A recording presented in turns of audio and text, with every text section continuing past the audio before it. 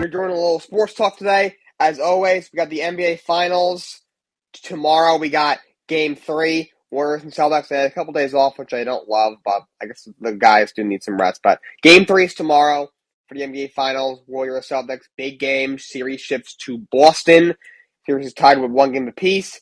Game 1, Boston had a come-from-behind victory, outscored the Warriors 40-16 in the fourth quarter. Game 2, Golden State cruised past Boston 107-88. So, big game coming up.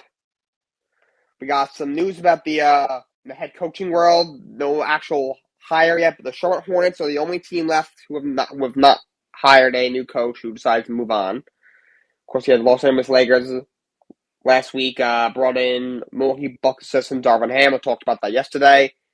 Darvin Ham had some interesting comments about Russell Westbrook. Of course, had a horrendous season last year. Appears to be at the very end of his career. Of course, has that huge contract, makes well over $40 million. So it's going to be very hard to trade him.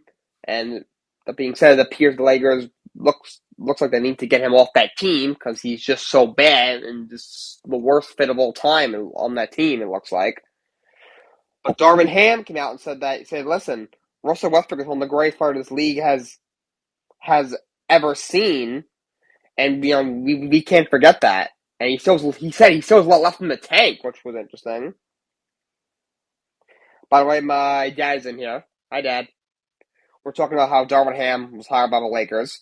That's interesting that, I would think the Lakers would want to do anything possible to move on from him, even if it means buying him out if they can't find a trade partner, which I think is possible. I bet that contract is going to be impossible to trade. But then they bring in Darvin Ham, who comes in and says, this guy's a great player and he still has a lot left, when clearly he doesn't. So I'm not sure if that's a conflict of interest there or not, but it seems like one. Because Russ, we saw him. He's got nothing left, Russ. He can't shoot. He never been able to shoot, but it was at a whole new level last year. He can't score anymore, where he can pass a little bit, he can still rebound a little bit.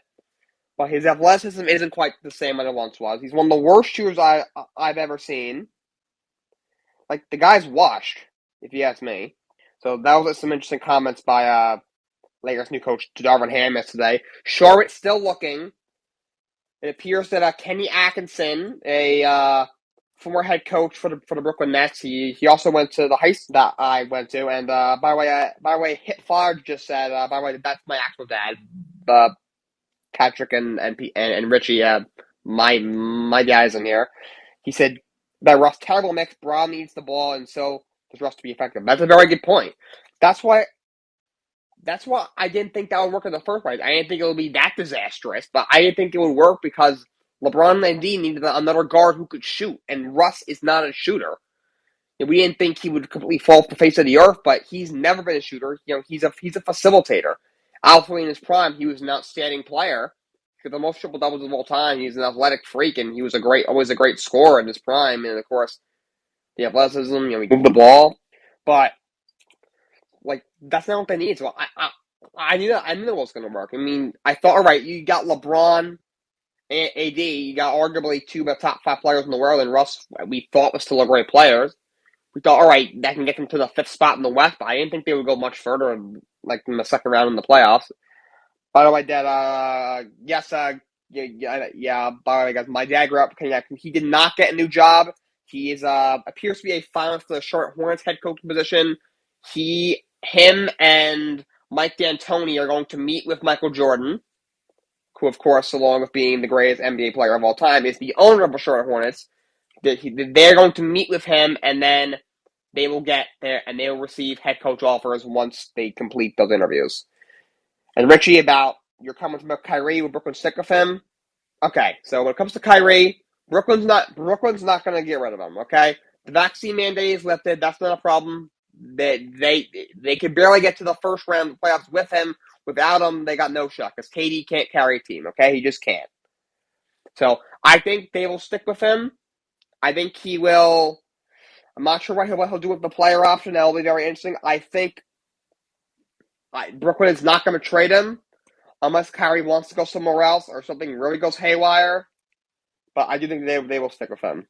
And Pat just said that Mike D'Antoni's getting hired based on my research. All right, so we shall see. He is a good coach, D'Antoni. My dad said Kenny worked for D'Antoni for a year. I'll go with Kenny. Yeah, I thought King did a good job in Brooklyn. First of all, Kenny Atkinson is a better head coach than Steve Nash. There is no person on the planet that can tell me that Kenny Atkinson is a worse coach than Steve Nash. They should not have fired him. Durant and Kyrie got him fired, if you ask me. Ooh, that'll be interesting. I wonder if D'Antoni gets hired, would he bring in Atkinson as an assistant, or vice versa? Because I believe when he may have been an assistant or D'Antoni was with the Knicks. I know Kenny Atkinson at one point was an assistant with the Knicks, and he was assistant in Brooklyn and got the head coach job there. I think he's been an assistant with Golden State. And my dad just said that he worked under D'Antoni for many years before that. Ooh, so I wonder if D'Antoni gets that job, if he would bring Atkinson as an assistant. So Kenny, I wonder if might be getting a job in Charlotte no matter what, but we'll see just what position. So that might work out for the both of them. So we'll see what happens. NBA offseason should be very interesting. We have some other head coach news. Quinn Snyder has stepped down as the head coach of the Utah Jazz after 8 seasons. He went to the playoffs for each of the last 6 years. He's been there for 8 seasons. 6 years in a row they've been in the playoffs under him, but unfortunately they had some trouble advancing in the playoffs, and Quinn Snyder said that he thinks that the Utah Jazz need to evolve and they need a new voice. He decided to step down despite having 2 more years left on his contract. Utah wanted him to stay. They actually offered him an extension, but Quinn Snyder decided to step away. And supposedly Donovan Mitchell was very irked by this. He's very confused by the direction of the team. Of course, he has been unhappy for quite a few years there in Utah, but he appears to be very irked by this. He's a little confused about their team direction. Of course, there's been that suspected beef between him and Rudy Gobert. But that's his spite to the Knicks. I would love for him to come to the Knicks. I know people will say, "Oh, the Knicks aren't good." Miami. If the top 2 teams he may go to are them or Miami. Miami's got more pieces to make a trade. Miami's a better team, better organization. But first of all, Donovan Mitchell loves New York. He loves the Rangers. He loves the Mets. He's from New York. It's a perfect fit. It's a match made in heaven. And if he didn't want the pieces, I think I would not want to trade RJ Barrett for him. Because then it would be kind of like when I did the Carmelo Anthony trade. They gave up so much in the trade. They gave up, Timothy Mozgov. They gave up Gallinari. They gave up so many good young players in that deal. And they also gave up 3 first-round draft picks and a bunch of second-round picks. Carmelo really had no help there. So, the best he could do was get the Knicks to the 4 or 5 seed and maybe the second round. And they didn't have, draft picks to build a team. Patrick said, watch him go to the Nets. I swear if Donovan Mitchell goes to the Nets, that will be, I don't know what I'll do. I swear if he goes to the Nets. So that's why I wouldn't trade RJ Barrett. But if we can, I think Julius Randle goes in that deal because of the salaries, because Randle makes $30+ million a year as does Donovan Mitchell. I mean, he's only a year removed from having 24, 10, 5 and being in the All-Star game. And then you have, so let's say you trade him, let's say you give him Obi Toppin and Emmanuel Quickly, 2 guys I really like, but I would move them for Donovan Mitchell. Donovan Mitchell is a superstar, one of the best shooting guards in the NBA. And let's say a couple first-rounders. That's a very hefty price to pay, but if you got Donovan Mitchell and RJ at the 2 and the 3, if you re-sign Mitch Robinson, you put him at the 5. If you get yourself a real point guard, whether that's signing Jalen Brunson in free agency, whether that is getting someone in the draft, whether it's this kid Ty Washington out of I think Kentucky or someone else. You got some good bench pieces like Derrick Rose, Nerlens Noel, Taj Gibson, Alec Burks. That's a pretty good looking team with a good coach in Tom Thibodeau. He's got a pretty good staff. You lost a couple of systems last year. You lost Mike Woodson went to coach Indiana. You lost somebody else I think took a college job. But you still got Johnny Bryant on my staff, a guy who could be a candidate for the Utah head coach job, I heard, because Donovan Mitchell is a fan of him. All right, so Pat, by the way, Richie, James Dolan is definitely an atrocity. He is an awful owner, worst owner in all basketball, and the worst owner of all sports. First of all, he's a complete dick. Terrible owner. And Pat said, I think he also should go for Zion. A lot of people have said that. He appears to be unhappy in New Orleans. I do think he's not happy in New Orleans. I don't think he finishes his career there. But I'm actually against going for Zion. The guy's got all the talent in the world. Hell, people were comparing him to LeBron coming out of college. I thought that was a bit of a stretch, but people were comparing him to LeBron. He cannot stay on the basketball court. He cannot stay healthy. And also, have you seen him recently? He is not in shape. He's concerningly out of shape. I always poke fun at James Harden for being out of shape, and rightfully so, because he is way out of shape. You compare him to what he looked like in Houston, who looks like now, it's night and day. I think that's one of the main reasons why he struggled in Philly last year, especially in the playoffs. Zion's even worse. I think he got a little bit better when I saw him sitting on the bench than when he was in very beginning of the season. Of course, he didn't play last year, but I just don't know if it's going to be worth it. I'm not sure what it's going to take to get him. This is a guy who's only 2 years removed from being in the All-Star game. He's still extremely young. He was number one overall pick, one of the most highly touted prospects of all time, only 3 years ago. If we're giving up a first-round pick or two for him, that could be something that could really backfire on next. So I would be against. So even though I know RJ's there and Cam Reddish there, you want to get the Duke Big Three back together, but I think that could blow up in the next phase. I would actually be against that. I can't say I would be in favor of that. All right, that's what we got for the NBA. As for the NHL, Rangers have a big game tonight. They play the Tampa Bay Lightning at 8 o'clock on ESPN and ESPN Plus. Game 4. Rangers lead 2-1. Rangers took the first two at the Garden. Tampa won Game 3 in Tampa. They are once again in Tampa for Game 4. Big game tonight. Last night, the Colorado Avalanche won a wild one against the Edmonton Oilers, 6-5 in overtime. Arturi Lekkinen with the game winner in overtime. Colorado sweeps the Edmonton Oilers, and they move on to the Stanley Cup Final. They will play the winner of the New York Rangers and the Tampa Bay Lightning in the Stanley Cup Final. We had another NHL head coach opening. The Boston Bruins fired Bruce Cassidy after 6 seasons. Very, very interesting move. He was in the playoffs the majority of his time there, but the last couple of years they've had some trouble advancing in the playoffs. 2019 they were in the Stanley Cup Final, lost to the Blues, but last couple of years they've had some early playoff exits. They've lost in 7 to the Carolina Hurricanes in the first round this year. And Cassidy is out. He went 245, 108, and 46 over 399 games. And he made the playoffs 6 years in a row. Man, that's tough. You make the playoffs 6 years in a row and get fired. Wow, that's rough. That is tough luck for Bruce Cassidy. But he is out. We got a bunch of NHL head coach opening. We got the Bruins now who were, I think, ranked 5th in the East. Or 6th in the East. That's tough. Got the Dallas Stars. This year they were ranked 7th in the West. Made the playoffs. Lost to the Calgary Flames in the first round. Their coach Rick Bowness stepped down. The Detroit Red Wings. Pat Rush. Your Red Wings still looking for a new coach. They did not bring back Jeff Blashill after 7 seasons. Detroit did a little better this year after they've been awful the last 2 years, but still did not make the playoffs. Finished 32-40-10 this year. Get the Philadelphia Flyers. They did not bring back interim coach Mike Yeo after he took over for Alain Vigneault after they fired Alain Vigneault during the regular season. Flyers had a horrendous year this year, just 25, 46, and 11, just 61 points.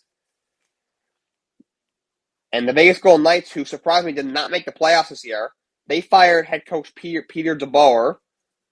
First time in the Golden Knights' short history they did not make the playoffs. And the Winnipeg Jets are also looking for a new coach. They fired their longtime head coach Paul Maurice stepped down during the season. Their interim coach Dave Lowry will get an interview, but he's not guaranteed to be brought back. Winnipeg finished with 89 points. They did not make the playoffs either. Of course, the Young Islanders made a coaching change. they fired Barry Trotzer when the playoffs were going on. So they missed the playoff, but they promoted their top assistant, Lane Lampert. The Blackhawks interim coach, Derek King, who took over after they fired Jeremy Coalition earlier in the year, he will stay. The Oilers interim coach, Jay Woodcroft, who led the Oilers to the Western Conference Finals, he will stay. And, of course, the Florida Panthers interim coach, Andrew Brunette, will stay. He led them to the best record in the NHL. And they'll lost from second round. He was a Jack Adams Award finalist. So I'm going to take a look at at all the NFL head coach openings and go over what their strengths are, what weaknesses are, going by how good of a job they are. So Boston Bruins. All right, so the Bruins, they had a good year this year, had 51 wins, finished with 107 points. We're in the playoffs. But there are some questions there. There's some questions about Will Patrice Bergeron, who's a 5-time Selke Award winner. By the way, Patrice Bergeron was named the Selke Trophy winner for the 5th time in his career. That's an NHL record. Selke Trophy is the best defensive forward in the NHL. He has won the record 5 times. Could be in the Hall of Fame one day. I think he might be a free agent, so he may not be coming back. There's rumors about possibly Brad Marchand getting traded. Alfie Tuukka, they're also our goalie. He was recovering from surgery, so he didn't return until midseason. Then about a week later, decided to retire from hockey. So they're definitely a veteran team. They got that probably the best line in hockey, arguably, with David Pastrnak, Brad Marchand, and Patrice Bergeron. Other than that, there isn't much. They definitely need some more scoring. I think they got Craig Smith. They have a couple other guys, but there isn't much there. Defensively, they got Charlie McAvoy, who's a really good player. Brendan Carlisle is a good player. Mac Rivlick's pretty good, but also a couple guys are having surgery. I think Charlie McAvoy just had surgery. He might miss the start of the season. Brad Marchand might miss the start of the season next year. So they have a decent team, and they got playoff experience. This is probably a team that's going to have trouble getting out of the first or second round. They're getting older. There's questions about the future of at this point, Bruins legend Patrice Bergeron, who's getting older. So there's pluses and minuses there, but they are a good team. We'll see what they do. Dallas Stars. Also, the Bruins don't have a lot of cap space. They only have a little over $5 million in cap space. That's a team that probably should look to make some additions. They need some scoring depth. They could use some depth at defenseman, and they could. And I mean, their goaltending isn't amazing, but it's not horrible. With they got a youngster Jeremy Swayman and the veteran Linus Ullmark. You could upgrade, but definitely need some scoring depth and some depth at defenseman. The Dallas Stars. They see we're at 46-30-6. We're in a 7th seed in the West. Took the Calgary Flames to Game 7 in the first round. Rick Bell decided to step down. They're a pretty good team. They're really good defensively. You got a solid goalie, Anton Godot, but they need to get better offensively. Jimmy Benn and Tyler Seguin are getting older. Their contracts are becoming a little bit hefty. They're very good defensively down, but they need some more scoring. They do have almost $18 million in cap space, though, so they got that going for them. I think this is a very good job.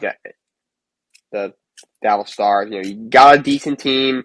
We got a good hard-nosed team. We got a lot of good veterans. You got some good youngsters like Mir Heiskanen and Radek Faska, whatever his name is. They were in the playoffs this year. You got almost $18 million in cap space. Although Sagan and Ben's contracts are getting a little bit hefty based on their ages and their production the last couple of years. They still have some cap space and should have some room to go out and get a couple goal scorer, which is something that they need. Then the Detroit Red Wings. They've had some trouble, the Red Wings. Last year, they've had their struggle, but they got a lot of good young talent on this team. With Lucas Raymond. They got Jakob Vrana. They got some really good young players over there. But goal scoring isn't the problem. They got a lot of good young players. Dylan Larker's another one. but they need to improve their defense and goaltending. This guy, Alex Medvedev, the young goalie, he's terrible. He is not good at all. He's not good. And their backup Thomas Greiss isn't any better. And their defense is horrible. They need to revamp their defense. They're not that good, but they have a lot of young talent. They have over $35 million in cap space. They got a lot of draft picks this year. They have 2 second-rounders, 2 fourth-rounders, and 2 seventh-rounders. So they got a lot of draft capital. They got a lot of cap space. They have young talent. The Flyers, this team is not good. Obviously they traded, their long-term captain closure of a trade deadline. They may need some retooling. They got some bad contracts over there. They got some couple good young players over there, but not too many. I like Carter Hart as a young goalie, but their defense really needs to be better. Their goal scoring isn't much better. They only got longer than $9 million in cap space. Don't have a ton of draft picks. So we'll see what the Flyers do. This is an interesting one, the Golden Knights, because they have a really good team. They finished this year 94 points, finished just on the outside looking in on the playoffs. They have a really good team. They could eat a coach who's stepping in can be confident they can get to the playoffs, possibly even make a run. They were in the playoffs. Each of their first 4 years of the league, whatever it was. They were in the Stanley Cup final in their first year. They've always been a top team, really, ever since they came into the league. But first of all, the ownership is very impatient. They had Gerard Gallant, who completely transformed that team. Their first year, the team took them to the Stanley Cup final. They got off to a little bit of a slow start a couple years ago, and he got fired. And they bring in Pierre DeBoer, who did a great job when he was there. But after one not so great year that he missed the playoffs, he gets fired. So clearly they're very impatient. Also, they don't have a first-round draft pick, don't have a lot of draft capital, and they only have about $2.5 million in cap space. So they're probably going to have to move 1 or 2 contracts in order to improve their team. So they have a very good team. Jonathan Marshall. They got Riley Smith. Brady McNabb. Robert Lansdowne is a solid goalie. But they don't have a lot of assets this offseason. Don't have a first rounder. They only have like $2 million in cap space. They may have to move a contract or 2, or even 3. And the ownership is very impatient. If you get off to a slow start, you could be out of a job after by the All-Star break. And then the Winnipeg Jets. They're not a bad team. They have some talent there. But, their goalie, Connor Hellebuyck, he's progressed the last couple of years. They need to improve on defense for sure. They have some draft capital. They'll have 2 second rounders. They have the first rounder. They have $60 million in cap space. The problem is, Winnipeg is just not a place that guys want to go. So for a team that needs some significant improvements, I'm not sure if they'll be able to get guys to go there. That's my take on all the NHL head coach openings. And just one more thing, go Rangers. As for MLB, yesterday, not too many games. You only had a few games. Reds over the Diamondbacks 7-0. Blue Jays over the Royals 8-0. Mariners over the Astros 7-4.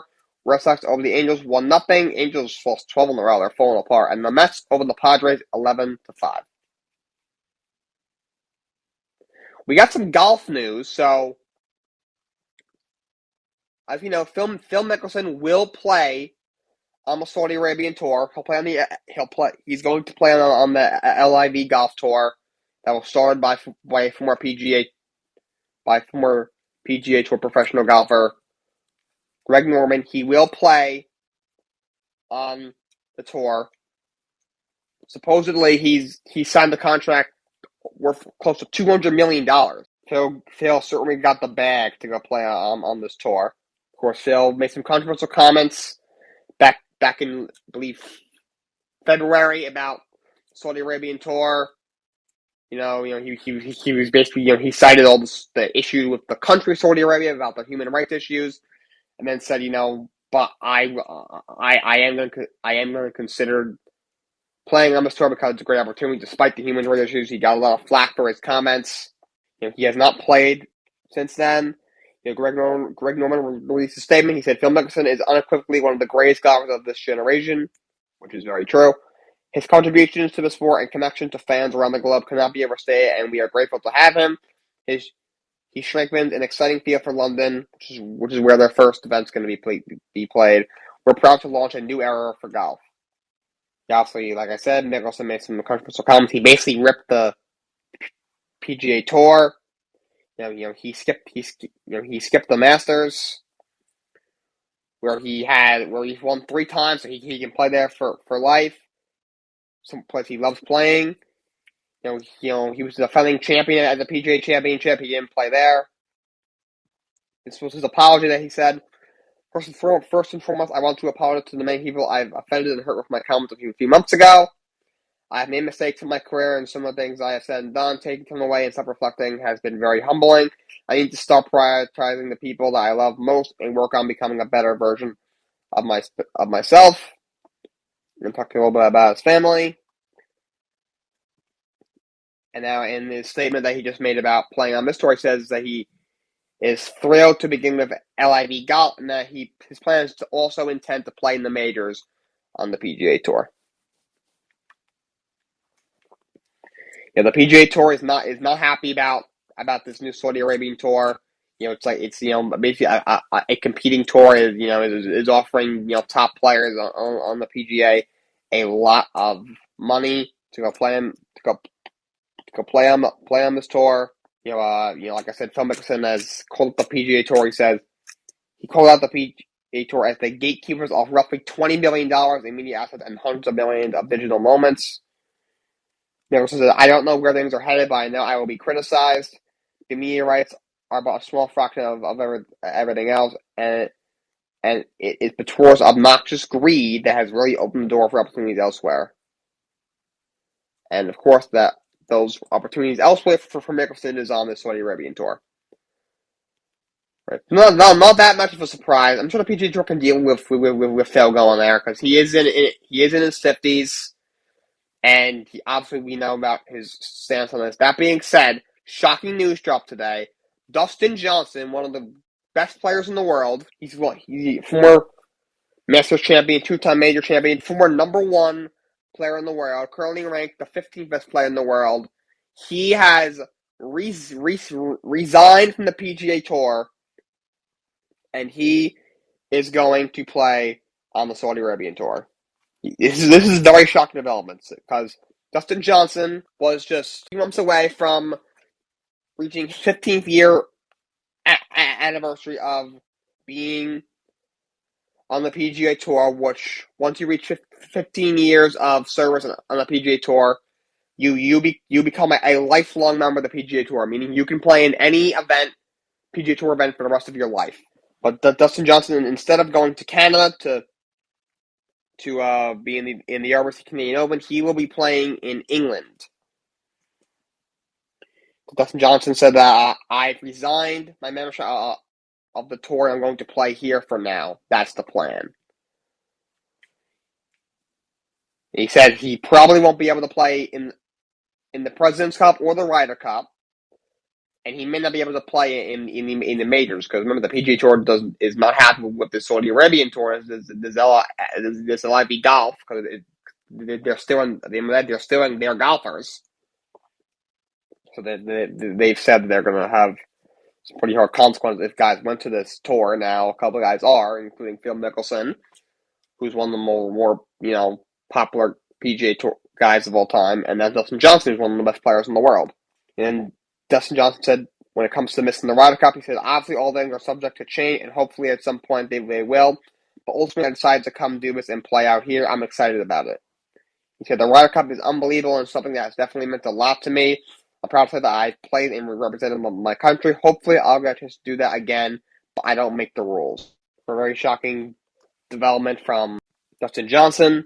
You got Gray McDowell, won the U.S. Open back in 2010. There's another guy who's going over there. He said this has been incredibly polarizing.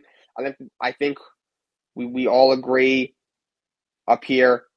Take the Jamal Khashoggi situation. We all agree reprehensible. Nobody's going to argue that. I'm not sure what exactly he's talking about. Probably I know Saudi Arabia has some human rights issues. It's probably like a human rights issue that was controversial that happened. I don't follow it too much. And then we're about to talk about some political stuff. I won't get into.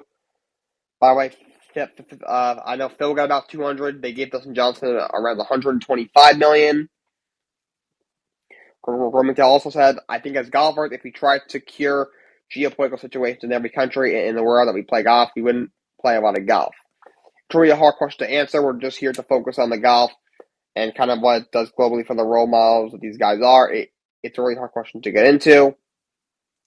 He was talking about because the whole controversy is that Saudi Arabia has a lot of human rights issues, and that they don't treat certain people the way that they should and the way that America does. So like these golfers who want to play in this tour, it really is a great opportunity, to grow the game of golf that they love and that they do the sport that they play for a living. And there's a lot of money. I mean, they gave Phil Mickelson around $200 million. They gave Dustin Johnson around $125 million. So they can get a lot of money from it as well. And Grim McDowell actually made I think a pretty good point. He's saying you're saying yes, there's a lot. It's a slippery slope, and they have a lot of issues. But if we try to solve every issue in every country that we want to play in to try to grow the game of golf before we actually play there, we probably wouldn't be able to play a lot of golf because every country has some sort of issue. How the United States has. Look at all the issues in the United States right now. Like the PGA Tour is still going despite all the issues going in the United States, and why can't these guys play in Saudi Arabia despite their issues with their country? So I think it's a pretty good point. So very exciting golf news. As for the NFL, Deshaun Watson's accusers continue to grow. He is now up to 24 accusers. Two more women have come forward and accused him of certain things related to domestic violence. There's now 24 different women accusing him in civil court of some sort of sexual misconduct. So, NFL still investigating. I'm hearing they're probably going to wrap up their investigation hopefully by the end of June. So maybe in the next few weeks, at least in the next month, we should know whether Deshaun Watson will be suspended and for how long. I'm not sure how long he'll get, but I could see the suspension being very, very lengthy because although he was proven he pled not guilty in criminal court, he's still being sued by 24 different women in civil court. I mean, Trevor Bauer was pleaded not guilty to his sexual misconduct case against the one woman, and he did not get criminally charged, and the MLB just gave him 2 years. So why can't Deshaun Watson get suspended a long time when there's 24 different women who are accusing him in civil court, despite even though the 9 women who accused him in criminal court were not able to get charges brought about him. We'll see. As for OTAs, there's quite a few big name NFL players who are not at OTAs. Of course, Baker Mayfield is not at OTAs for the Browns. Of course, he doesn't want to be there anymore. The number 1 overall pick has not lived up to expectations, and he struggled last year. little baby Jesus, who's in here. He's in the chat here on ColorCat. He said, I could see Watson getting suspended for up to 24 whole hours. I mean, the NFL, they've screwed up a lot of these cases. Ray Rice, Greg Hardy. They've messed up a lot of these cases. Tyreek Hill, I thought, could have gotten suspended. They ended up suspending him. So you never know. But Baker Mayfield, that's going to be interesting. If Deshaun Watson is getting 8 games, 10 games a whole year, do they change course? Do they go from all right, we're going to bring in Watson to be the starter over you, but we're not gonna cut you, And right now we're having trouble trading you because you're due almost $19 million fully guaranteed, and no one wants to pay you that because you're not worth $19 million. $18.9 million to be exact. I wonder if, he gets suspended, would they come crawling up and be like, hey, man, I know, if you want, you can be the starter until Deshaun gets back. And would Baker be like, all right, I'll put my differences aside, and he'll play for Cleveland for one more year? Or is he still like, no, I'm not playing for you guys, and, you guys got to either trade me or let me go? But he's not an OT. He has not reported to OTAs. Debo Samuel is not an OTAs, one of the best wide receivers in the league. Of course, he's not happy with the 49ers. Didn't like, that they used him in the role they used him on last year, and they used him, as a running back as well as a receiver. Then, he wants to be traded, but the Niners don't want to trade him. He's not OTAs. Kyler Murray at one point was not, but he did report, I think, at some point last week. Of course, he's still star quarterback, but he wants a new contract extension with a lot of money, I heard. So, we'll see. Of course, there's been a lot of drama in Arizona with Kyler. Terry McLaurin is not at OTAs. The Washington Commanders' top receiver. He wants a new contract. He is not at OTAs. Going back to Baker, a little bit what Jesus just said. I don't see this happening at all, but how crazy would it be if Baker figures it out all during the suspension and plays amazing? Browns actually have to think about who they want as their quarterback. Ooh, that's an interesting. That's an interesting position in Little Baby Jesus. Like I agree with you. I don't think it'll happen. I just don't think Baker Mayfield is that good. You never know. Maybe he clicks. Maybe last year was just because he was playing through all the injuries. Maybe if he's healthy and he finally clicks, plays really well. Now I think should we have done the deal to give up 3 first-round picks for Deshaun Watson? Should we have given Deshaun Watson $230 million over 5 years? That would be a very interesting predicament for the Cleveland Browns. But yeah, no Terry McLaurin for Washington. Lamar Jackson is still not an OTA for the Baltimore Ravens. He's their former league MVP, their star quarterback. He wants a contract extension, so he is sitting out OTAs right now. I do think he will be there eventually. I don't think he'll hold out too much longer, but right now he's not at OTAs. He waits a new contract. We got some news. Aaron Donald yesterday agreed to a restructured contract. He will now make $95 million over the next 3 years, making him the highest paid non-quarterback in NFL history. So he will not be retiring. Jesse Bates for the Cincinnati Bengals is now at OTAs. They're probably one of the best safeties in the league. He was franchise tag. He has not signed yet. He wants a long-term deal, so he is at OTAs. Kenny Moore, a corner for the Colts, is also a very good player. He is not at OTAs. He's only going to make $8.3 million this year, and there's no guaranteed money in the last 2 years, so he wants a new deal. No Aaron Rodgers. Obviously, it's Rodgers. That means they do have a lot of new receivers. Obviously, no Devontae Adams. You draft the Christian Watson. You sign Sammy Watkins. So he's not getting the rest of his new receivers. I mean, Tom Brady's not an OTA, but he's Tom Brady. So I don't think that's a concern at all. So but there's a bunch of guys who are not at OTAs. A lot of guys are holding out for new contracts that they want. All right, the one thing I'll leave you guys with is Tiger Woods will not play in the U.S. Open. He says that he wants to wait for his body to get stronger, which I agree with. I love Tiger, and of course I want him to play in the U.S. Open, but his body clearly is not ready. He couldn't even finish the PGA Championship. He hasn't played. He needs to wait for his body to heal. He needs to get some more practice rounds in and play some more smaller tournaments.